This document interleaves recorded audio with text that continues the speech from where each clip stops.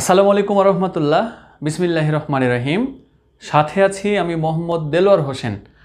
আশা করছি আল্লাহর অশেষ রহমতে আমার সকল ছাত্রছাত্রী বেশ ভালো আছে বলবে, বাট আপনারা দেখতে পাচ্ছেন কিনা সেটাই হচ্ছে দেখার বিষয়। আমার স্টুডেন্টরা কি আসবে এখন? আচ্ছা, তারপর আমি ক্লিয়ার করে রাখি, আপনারা পরবর্তীতে দেখে নিতে পারবেন।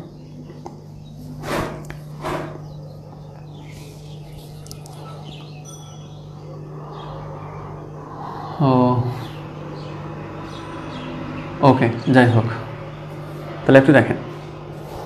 তো আমাকে বলেছিল যে কত গ্রাম, আমি দেখেন আমাকে প্রথমে প্রশ্নতে বলা হয়েছে যে 40.5 গ্রাম ক্যালসিয়াম হাইড্রোজেন কার্বনেট প্রস্তুত করার লক্ষ্যে 25 গ্রাম ক্যালসিয়াম কার্বনেট, তারপরে 4.5 গ্রাম পানি এবং 8 গ্রাম কার্বন ডাইঅক্সাইড মিশ্রিত করা হলো, কিন্তু প্রত্যাশিত উৎপাদ পাওয়া গেল না। আচ্ছা, তো প্রত্যাশিত উৎপাদ যেহেতু পাওয়া যায় নাই, তো সেক্ষেত্রে আমার এই যে একই রকমভাবে আগে প্রথমত আমাকে বিক্রিয়াটা করে লিখতে হবে যে আমি তৈরি করতে যাচ্ছিলাম ক্যালসিয়াম হাইড্রোজেন কার্বনেট এবং তারা আমাকে এই সমস্ত জিনিসগুলো দিয়েছিল। তো এই সমস্ত জিনিসগুলো দেওয়ার পরে এটা আমি তৈরি করতে চাচ্ছি। তাহলে এখন কথা হচ্ছে যে কি, তাদের মেন ভরগুলো আগে লিখে নেবেন। অর্থাৎ ক্যালসিয়াম কার্বনেট হচ্ছে 100 গ্রাম, পানি হচ্ছে 18 গ্রাম, কার্বন ডাইঅক্সাইড হচ্ছে 44, ক্যালসিয়াম হাইড্রোজেন কার্বনেট হচ্ছে 162। তারপরে এখন আপনি কোনটা কতটুকু তৈরি করতে চাচ্ছেন সেটা আগে লিখে ফেলবেন, ঠিক আছে? ওকে, ধন্যবাদ সবাই। আসলে কারেন্ট চলে গিয়েছিল, তো কারেন্ট চলে যাওয়ার কারণে আমার লাইনটা চলে গিয়েছে, তো এ কারণে আবার এভাবে আসতে হয়েছে। আশা করি আপনারা দেখতে পাচ্ছেন। এখন এই ক্লাসটা শেষ করে দেবো আর কি। তো দেখেন, আমাকে বলেছে যে কত মোল পানি ব্যবহার করা হয়েছিল। তো কত মোল পানির ক্ষেত্রে যদি বলা হয়, তাহলে আমরা জানি যে পানির আণবিক ভর হচ্ছে কত, 18। তাহলে 18 গ্রাম সম্পূর্ণ সমান 1 মোল হয়, অতএব 1 গ্রাম। অতএব যেহেতু 4.5 গ্রাম পানি ব্যবহার করা হয়েছে, তাহলে 4.5 গ্রাম কতটুকু সেটা আপনারা বের করতে পারবেন। আচ্ছা, এটা তো প্রশ্ন নিয়ে কোনো ভেজাল নাই, কিন্তু 3টা যদি বিক্রিয়ক হয়, তো সেক্ষেত্রে লিমিটিং বিক্রিয়ক আমি কীভাবে বের করব? তো সেটাই আমার এখানে একটা জানার বিষয়। তো প্রথমত আপনাকে আগে কনফার্ম করে ফেলতে হবে যে 25 গ্রাম ক্যালসিয়াম কার্বনেট নিয়েছিলেন আপনি। তাহলে যে ক্যালসিয়াম কার্বনেটের পরিমাণ ছিল যে 25 গ্রাম। আচ্ছা, তারপর হচ্ছে 4.5 গ্রাম পানি। তাহলে যে পানি ছিল আমাদের এই যে 4.5 গ্রাম। তারপরে হচ্ছে আমার 8 গ্রাম ছিল কার্বন ডাইঅক্সাইড। তাহলে কার্বন ডাইঅক্সাইড ছিল আমাদের এখানে 8 গ্রাম। আর আপনি তৈরি করতে চেয়েছেন 40.5 গ্রাম। তাহলে আপনি এই যে তৈরি করতে চেয়েছেন 40.5 গ্রাম। এবার এখন আপনার প্রথম কাজ হবে যে কি, যে কোনো একজনকে আগে ধরে ফেলা, ওকে গলা জড়িয়ে ধরে ফেলেন। হয় আপনি ক্যালসিয়াম কার্বনেটকেই ধরেন, অথবা পানিকেই ধরেন, অথবা কার্বন ডাইঅক্সাইডকে ধরেন। তো প্রথমত আমরা ক্যালসিয়াম কার্বনেটকে ধরতে পারি, যাকে ইচ্ছা আপনি তাকে আগে ধরতে পারেন। এখনই অনেক ভালো দেখায়। আচ্ছা, ঠিক আছে, ওকে বুঝছেন। আচ্ছা, ওকে। তাহলে এখন আপনি ক্যালসিয়াম কার্বনেটকে মনে করেন যে কি গলা জড়িয়ে ধরে নিলেন যে ক্যালসিয়াম কার্বনেট তুমি আমার খুব ভালো বন্ধু, এখন তুমি বলো যে তুমি কত গ্রাম পানির সাথে মিশতে পারো। এবার তুমিই বলো কত গ্রাম কার্বন ডাইঅক্সাইডের সাথে মিশতে পারো। প্রথমত ক্যালসিয়াম কার্বনেটকে দিয়ে এই দুটো কত গ্রামের সাথে মিশতে পারে সেটা আপনাকে বের করে ফেলতে হবে। দেখেন, আগে ধাপটা 1 ক্লিয়ার করেন, তারপর অন্য কোনো কথাতে আমরা যাব। তাহলে প্রথমত আমরা আগে এটা ক্লিয়ার করে ফেলি যে 25 গ্রাম ক্যালসিয়াম কার্বনেট আসলে কত গ্রাম পানি এবং কত গ্রাম কার্বন ডাইঅক্সাইডের সাথে মিশতে পারে। তাহলে প্রথমত আমাকে আগের সিদ্ধান্তটা নিয়ে নিতে হবে যে 100 গ্রাম ক্যালসিয়াম কার্বনেট, তাহলে যে 100 গ্রাম ক্যালসিয়াম কার্বনেট মিশতে পারে কতটুকু পানির সাথে যেন। প্রথমত আগে এই যে আপনাদেরকে তো শিখিয়ে দিয়েছিলাম, তাহলে 18 গ্রাম H2 এর সাথে। তাহলে অতএব 1 গ্রাম ক্যালসিয়াম কার্বনেট, তাহলে 18/100 গ্রাম এর সাথে মিশতে পারবে। তাহলে অতএব আসলে কতটুকু যেন আমরা নিয়েছিলাম ক্যালসিয়াম কার্বনেট, 25 গ্রাম নিয়েছিলাম। আচ্ছা, তাহলে যে 25 গ্রাম আমরা যখন নিব তখন কতটুকুর সাথে মিশতে পারে দেখে নিব। তাহলে যে 18 ইন্টু হচ্ছে যে 25, নিচে হচ্ছে আমাদের 100। এখন আমরা এটা গুণ করে ভাগ করে দেব। দেখি আমাদের যে কয়েকজন স্টুডেন্ট আছেন, তাহলে 18 গুণিত হচ্ছে 25, তারপরে ভাগ হচ্ছে যে 100। আমরা যেটা মান পাবো সেটা হচ্ছে 4.5 গ্রাম। তাহলে 100 গ্রাম ক্যালসিয়াম কার্বনেট আসলে 4.4 গ্রাম পানির সাথে কি করতে পারে, মিশতে পারে। এবার একটু লক্ষ্য রাখেন তো পানি আসলে ততটুকু নেওয়া হয়েছে কিনা। 4.5 গ্রাম পানির সাথে মিশতে পারে, আর 4.5 গ্রামই পানি নেওয়া আছে। দ্যাট মিনস পানি এখান থেকে আপাতত নিরাপদ হলো, মানে পানি কিন্তু এখানে চোর নয়। আচ্ছা, তারপরে এখন আমাকে কি করতে হবে, এই কার্বনেট ভাই মানে ক্যালসিয়াম কার্বনেটকে বলতে হবে আবার তুমি কার্বন ডাইঅক্সাইডের সাথে কথা বলো, কার্বন ডাইঅক্সাইড আসলে কতটুকু তোমার সাথে বিক্রিয়া করতে পারবে। তাহলে একই রকমভাবে আচ্ছা, তাহলে এখন আপনাকে কি করতে হচ্ছে, এই আবারও যে 100 গ্রাম ক্যালসিয়াম কার্বনেট বিক্রিয়া করতে পারে 44 গ্রাম কার্বন ডাইঅক্সাইডের সাথে, তাই না? তাহলে এখন আমরা কার্বন ডাইঅক্সাইডের হিসাবটা নিব। তাহলে যে 44 গ্রাম কার্বন ডাইঅক্সাইডের সাথে, তাহলে অতএব 1 গ্রাম আমার কতটুকুর সাথে মিশতে পারবে, 44/100 গ্রাম কার্বন ডাইঅক্সাইডের সাথে। আচ্ছা, তারপরে অতএব আমার কত গ্রাম নিয়েছিলাম যেন, আমি 25 গ্রাম ক্যালসিয়াম কার্বনেট নিয়েছিলাম। তাহলে যে 25 গ্রাম ক্যালসিয়াম কার্বনেট কতটুকুর সাথে মিশতে পারে, তাহলে 44 গুণিত হচ্ছে 25, এবার নিচে থাকবে আমাদের কত 100। তাহলে আমরা এটা কাজ করে ফেলবো।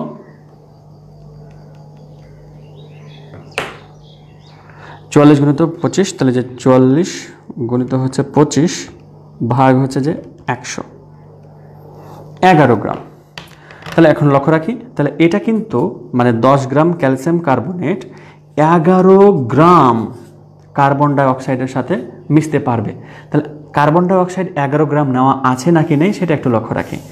কার্বন ডাইঅক্সাইড নেওয়া আছে যে 8 গ্রাম, তাহলে এবারে যে চোর ধরা পড়ে গেছে, কিন্তু কার্বন ডাইঅক্সাইড অলরেডি 8 গ্রাম আছে, কিন্তু আমাদের 25 গ্রাম ক্যালসিয়াম কার্বনেট বলছে যে না 8 গ্রামে তো কাজ হবে না, আমার তো লাগবে 11 গ্রাম ক্যালসিয়াম কার্বন ডাইঅক্সাইড। বুঝতে পেরেছেন? তো আপনি কিন্তু অলরেডি এটা ধরতে পেরে গেছেন যে হ্যাঁ কার্বন ডাইঅক্সাইড এখানে আসলে কম নেওয়া হয়েছে। কিন্তু এখন আপনাকে আরও একটা কাজ করতে হবে।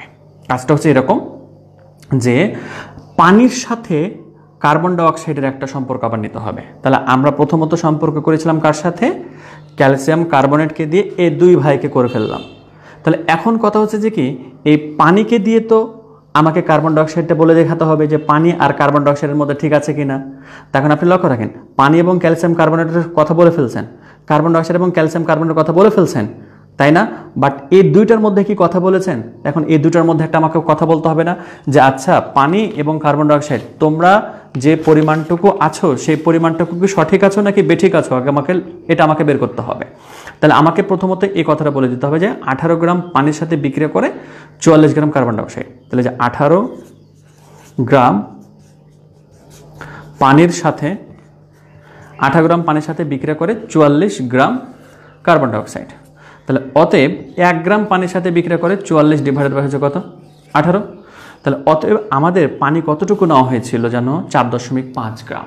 তাহলে যে 4.5 গ্রাম, তাহলে যে 4.5 গ্রাম পানির সাথে বিক্রিয়া করতে পারবে 44 গুণিত হচ্ছে যে কত 4.5, নিচে হচ্ছে কত আমাদের 18। তাহলে দেখি আমরা 44 গুণিত হচ্ছে 4.5, তারপরে ভাগ হচ্ছে যে 18।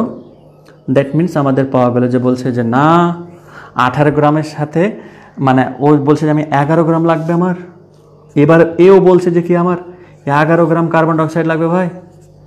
এবার তো কার্বন ডাইঅক্সাইড ধরা পড়ে গেছে একদম ভালো মতন করেই। তাহলে ক্যালসিয়াম কার্বনেটও বলছিল যে কি আমারও তোমার 11 গ্রাম লাগবে, পানিও বলছে যে কি 11 গ্রাম লাগবে। তাহলে কার্বন ডাইঅক্সাইডের যেখানে একটা বড় চোর, ওই বড় চোর যেহেতু পেয়ে গেছেন আপনি, তাহলে এর কারণেই কিন্তু আপনি আসলে 40.5 গ্রামটা পাবেন না। কথা বুঝতে পেরেছেন?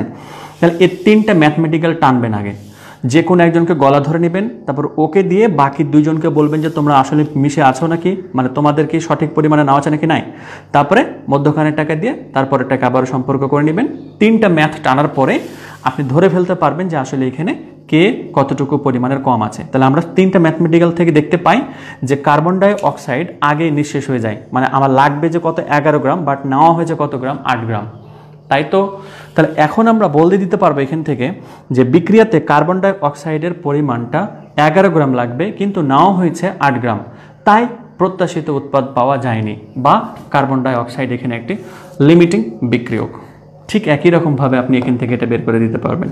আশা করি আমার স্টুডেন্টরা 3টা যদি বিক্রিয়ক থাকে তাহলে কিভাবে লিমিটিং বিক্রিয়ক বের করতে হয় বা কিভাবে আসলে প্রত্যাশিত উৎপাদ না হয় সেটা বের করতে পারবেন। ওকে, তাহলে এটা ছিল আমাদের 3টা বিক্রিয়ক থাকলে কিভাবে বের করে সেটার প্রসেস। এখন আপনাদেরকে আমি আরেকটা প্রসেসে নিয়ে যাব, এটাই হচ্ছে আমাদের লাস্ট প্রসেস লিমিটিং বিক্রিয়ক বের করার জন্য। তো তো এখনকার প্রশ্নগুলো লক্ষ্য করলে দেখা যায় যে 3 নাম্বার প্রসেসটা প্রায় অনেক বোর্ডে চলে আসে। তো 3 নাম্বার প্রসেসটা একটু লক্ষ্য রাখেন, সহজ প্রসেস, কঠিন নয়। তো এবার 2 পাত্রতে 2 ধরনের জিনিস আছে। প্রথম পাত্রতে আছে ফেরাস ক্লোরাইড, আয়রনের যোজনে 2 ব্যবহৃত হয়েছে, দ্যাট মিনস আমাকে বলতে হবে ফেরাস। আয়রনের যোজনে যদি 3 ব্যবহৃত হতো তাহলে আমাকে বলতে হতো ফেরিক ক্লোরাইড, বাট এখানে 2 ব্যবহৃত হচ্ছে ফেরাস ক্লোরাইড। আচ্ছা, এখানে নেওয়া হচ্ছে সোডিয়াম হাইড্রোক্সাইড। কোনটা কি পরিমাণের নেওয়া আছে এবং কিভাবে কি সেটা একটু লক্ষ্য রাখেন। এবার এই পাত্রতে 100 মিলিলিটার, মানে পাত্র 100 মিলিলিটার, তারপরে এখানে আবার দেওয়া হচ্ছে 0.50 মোলার, আর এখানে হচ্ছে যে কি 5.20 গ্রাম, আর এখানে 250 মিলিলিটার। লক্ষ্য রাখতে হবে দ্রবণদ্বয়কে একত্রে মিশালে লিমিটিং বিক্রিয়া কোনটি হবে। যদি আপনাকে পাত্রের হিসাব দিয়ে দেয় এবং যদি তখন আপনাকে বলা হয় যে লিমিটিং বিক্রিয়া কতটুকু হবে, সেক্ষেত্রে আপনার প্রথম ফরজ কাজ যেটা হবে দুটো পাত্রের মধ্যে আপনার পরিমাণটা বের করা, মানে কোনটা আসলে কত গ্রাম আছে। এখানে ফেরাস ক্লোরাইড কত গ্রাম আছে সেটা আপনার কাছে নাই, বাট বি পাত্র যেটা, বি পাত্রতে কিন্তু দেখেন আপনার দেওয়া আছে যে 5.20 গ্রাম দেওয়া আছে। তো এক্ষেত্রে আপনাকে পরিমাণটা এটার বের করতে হচ্ছে না, বাট এখানে কতটুকু পরিমাণ আছে সেটা আপনাকে বের করতে হবে। যখনই আপনাকে পাত্রের হিসাব দিয়ে লিমিটিং বিক্রিয়ক বের করতে বলবে তখন আপনার মাথায় টার্গেট প্রথমেই যাবে যে কি 2 পাত্রতে পরিমাণ লাগবে আমার, দেখি 2 পাত্রতে পরিমাণ দেওয়া আছে নাকি নাই। এই পাত্রতে পরিমাণ দেওয়া আছে যে এই অংশটুকুতে, মানে বি পাত্রটাতে, বাট এই অংশটুকুতে পরিমাণ দেওয়া নেই, তাহলে আমাকে পরিমাণটা নিয়ে চলে আসতে হবে। তো পরিমাণ নিয়ে আসার জন্য আমাকে সাহায্য করবে ওই যে আমরা জানি S = W/mv। প্রথমত আমরা সূত্র শিখেছিলাম এগুলো। আচ্ছা, তাহলে আমরা জানি যে কি আজা আজা, মানে আমরা জানি, আবার ঝালাক দেখে লাজা গান আছে, এটা মনে রাখতে পারেন আর কি। তাহলে S = হচ্ছে যে কি W/ হচ্ছে যে কি mv। তো এখানের ক্ষেত্রে আমার W মানে পরিমাণটা লাগবে, তাহলে W = হচ্ছে যে কি SMV। তাহলে এখন আমাদের S মানে হচ্ছে ঘনমাত্রা, ঘনমাত্রার একক মোলারিটি দেওয়া আছে এখানে দেখেন, হ্যাঁ দেওয়া আছে 0.50, তাহলে 0.50। তারপরে আমার লাগবে m মোলার ভর। এখন আমরা দেখে নেব যে FeCl2 এর মোলার ভর কত, আমাদের মুখস্থ আছে অবশ্য, বের করতে পারবেন আপনারা, নো প্রবলেম। 126.85, 126.85 মানে আণবিক ভর কত যেটা আর কি। তারপরে যেটা আপনার লাগছে আমার সেটা হচ্ছে ভি, মানে হচ্ছে আয়তন। আয়তন কিন্তু 100 মিলিলিটার দেওয়া আছে। আমি আপনাদেরকে বলেছিলাম যদি মিলিলিটার থাকে তাহলে অবভিয়াসলি আপনারা এটাকে লিটার বানিয়ে ফেলবেন, অর্থাৎ 100 ডিভাইডেড বাই কত 1000 দেন লিটার। দেখি আমার কোনো স্টুডেন্ট এটার উত্তর করলো কি না।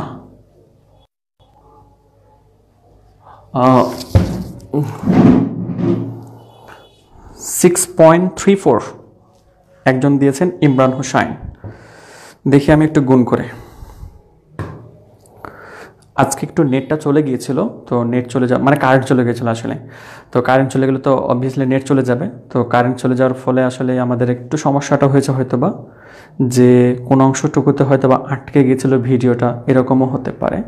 অবুঝ বালক 126 গ্রাম কিভাবে আসবে?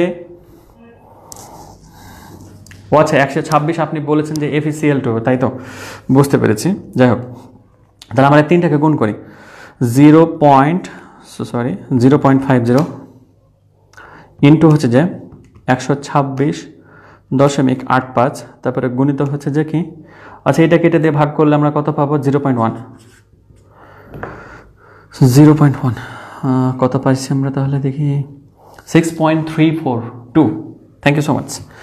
তাহলে আমরা যেটা পরিমাণ পেয়ে গেলাম সেটা হচ্ছে 6.342।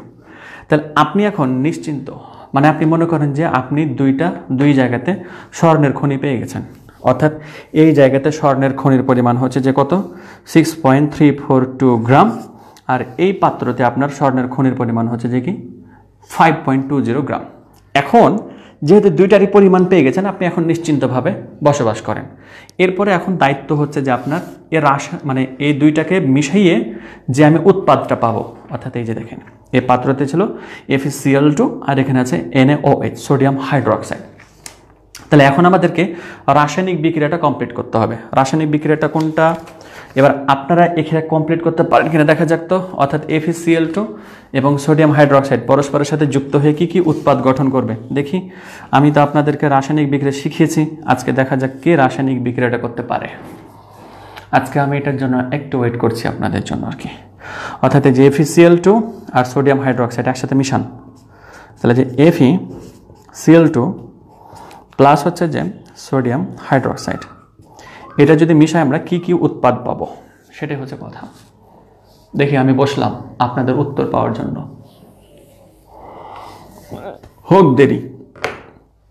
হোক দেরি আজকের এই ক্লাসটা। তারপর আমি একটু দেখতে চাই যে কারা কারা অবুঝ বালক বলেছেন FeOH2 and NaCl, FeOH2 and NaCl অবুঝ বালক। আর কে কি বলে দেখি।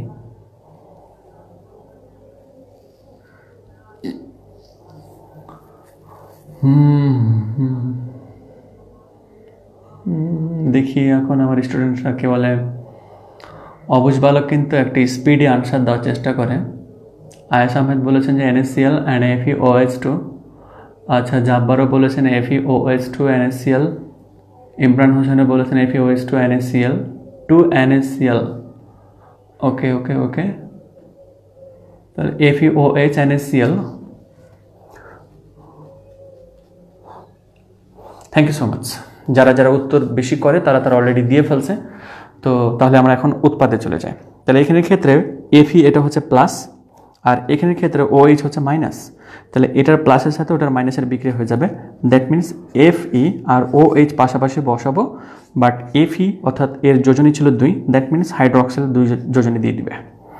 প্লাস এখানে আমাদের যেটা থাকছে এখানে Cl2, আর এখানে হচ্ছে যে কি আমাদের সোডিয়াম, বাট NaCl। তাহলে আমি এটাকে আরো একটু সুন্দর করে লিখি, বাট লক্ষ্য রাখতে হবে বিক্রিয়ক এবং উৎপাদের হিসাব যেহেতু আপনি করছেন, হিসাব করার সময় সমতাকরণ ইজ মাস্ট, ফরজ কাজ। আয়ুব আমার ছোট বোন একজন বলেছেন, তারপরে হচ্ছে যে সালমান রিজভিও বলেছেন, থ্যাংক ইউ সো মাচ, অনেক ধন্যবাদ। মনে রাখতে হবে এই যে আমার যে উৎপাদটা পাবো সেটা হচ্ছে যে এটা, বাট মাই ডিয়ার স্টুডেন্ট এটা আর কখনো ভুল করবেন না আজকের পর থেকে।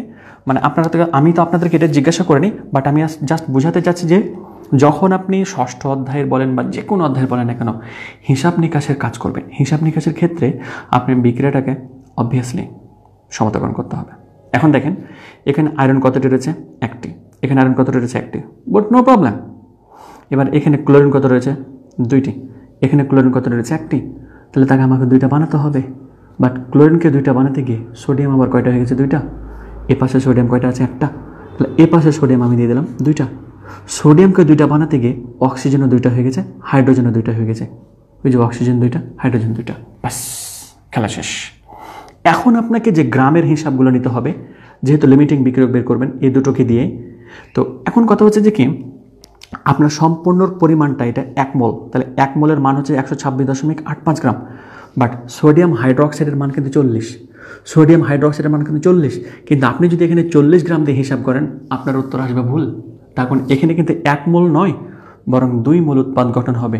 2 মোল, দ্যাট মিনস 1 মোল সোডিয়াম হাইড্রোক্সাইডে যদি 40 হয় তাহলে 2 মোল হচ্ছে যে কি 80। দ্যাট মিনস এখান থেকে আপনাকে সিদ্ধান্ত নিতে হবে যে 126.85 ফেরাস ক্লোরাইড 80 গ্রাম সোডিয়াম হাইড্রোক্সাইডের সাথে কী করতে পারে? বিক্রিয়া করতে পারে। আপনাকে গিয়ে সিদ্ধান্ত নিয়ে নিতে হবে। তখন এখানে কিন্তু বেশিরভাগই ছেলেমেয়েরা ভুল করে, যেখানে সমতাকরণ করে না তারপরে 40 দিয়ে দেয়। বাট নো, আসলেই এই যে 126.85 গ্রাম আসলে 40 গ্রামের সাথে বিক্রি করে না, বরং 80 গ্রামের সাথে বিক্রি করে। তো আপনাকে ওই যে 2টা কী ছিল যেন, গুপ্তধন মানে স্বর্ণের খনি পেয়েছিলেন আপনি, এখন ওই 2টা কতটুকু পরিমাণে ছিল সেটা আপনাকে বসিয়ে দিতে হবে। এখন এবার আমি তো ওটা ফেলে দিয়েছি, কোথায় আমি তো এবার খুঁজে পাচ্ছি না ওটা। আল্লাহ, এখন কোথায় কোথায় রাখলাম এটা দেখি। এখানে আছে, আচ্ছা এখানেই তো আছে, হাই রে হাই। আচ্ছা দেখেন, তাহলে এখন হচ্ছে যে FeCl2 আমাদের পরিমাণটা পাওয়া গেছিলো কতটুকু? আচ্ছা আপনারা কমেন্ট করেছিলেন মেবি, কতটুকু ছিল জানো এটা বলেন তো একটু।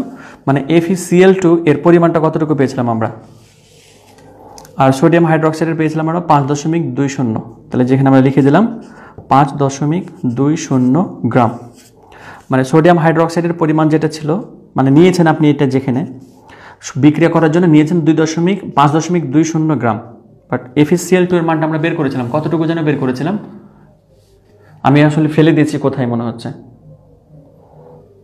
ও আচ্ছা 6.342 পাওয়া গেছে ওইটাকে। তাহলে এটা হচ্ছে যে কত 6.342 গ্রাম। এবার এখন লিমিটিং বিক্রিয়ক বের করা আপনার কাছে পানির মতন সহজ হয়ে গেছে।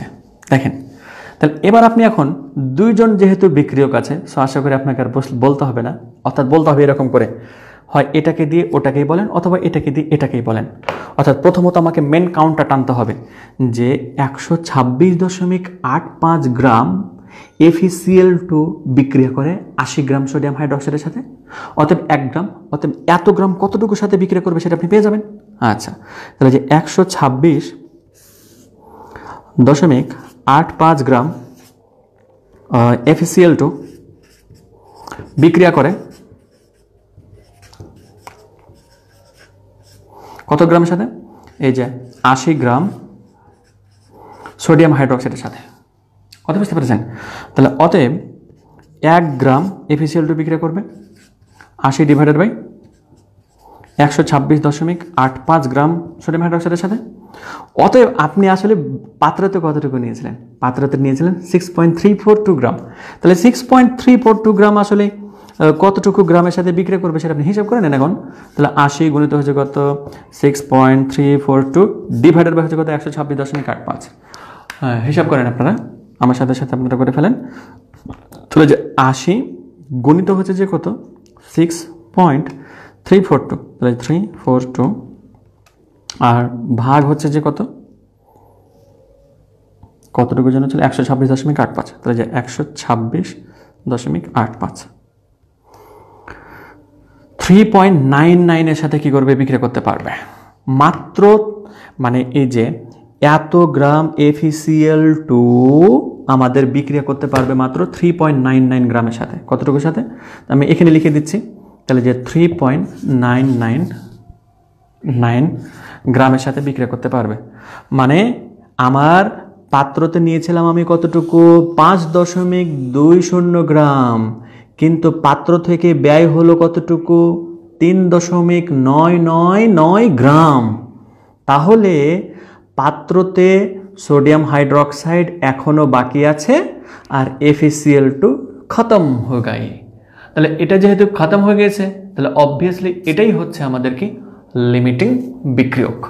মানে যে বিক্রিয়া করার সময় একাধিক বিক্রিয়কের মধ্যে যেটি আগেই নিঃশেষ হয়ে যায় সেটিই হচ্ছে লিমিটিং বিক্রিয়ক। তো এই ছিল আপনাদের এ সম্পর্কিত আলোচনা। আর আরেক ধরনের আমাদের এখানে সৃজনশীল হয়, সেটা হচ্ছে যে কি ওই আপনাদেরকে তো শেখানো হচ্ছে, এটা আরেক ধরনের সৃজনশীল হচ্ছে যে কি আপনার ওই কি জানো, এটা আণবিক সংকেত নির্ণয় করার জন্য। আণবিক সংকেত, তো আণবিক সংকেত নির্ণয় করার জন্য আমি অলরেডি আপনাদেরকে গত ক্লাসে শিখিয়েছি অ্যান্ড দুইটা কথা বলেছিলাম ওখানে। ওই দুইটা কথা দিয়েই কিন্তু আণবিক সংকেত সবসময় পড়ে, মানে এর আগে যে ক্লাসটা দিয়েছি ওই রকম জাতীয়ই আণবিক সংকেত সবগুলো পড়বে, কোনো ধরনের এছাড়া পার্থক্য লক্ষ্য করা যায় না। আপনারা আণবিক সংকেত কীভাবে নির্ণয় করতে হবে ওখান থেকে দেখে নিতে পারবেন, বা আপনারা তো অবশ্যই দেখেই ফেলছেন। আর আজকে আপনাদের যে ম্যাথমেটিক্যালগুলো করালাম এই তিনটার কম্বিনেশন ভালো করে বাসায় শিখে এরপরে আপনি আপনার গাইডে ঢুকবেন, বিভিন্ন বোর্ড দেখেন, বিভিন্ন যা কিছু আছে আপনি সবগুলো দেখেন, ইনশাল্লাহ সবগুলোর উত্তর করতে পারবেন। লক্ষ্মী স্টুডেন্ট আমার। তো ঠিক আছে, আপনারা এখন একটু প্লিজ চলে আসবেন জুমে, দেন আপনাদের সমস্যাগুলো একটু জানাবেন আমাকে। সবাই ভালো থাকুন, সুস্থ থাকুন। আসসালামু আলাইকুম।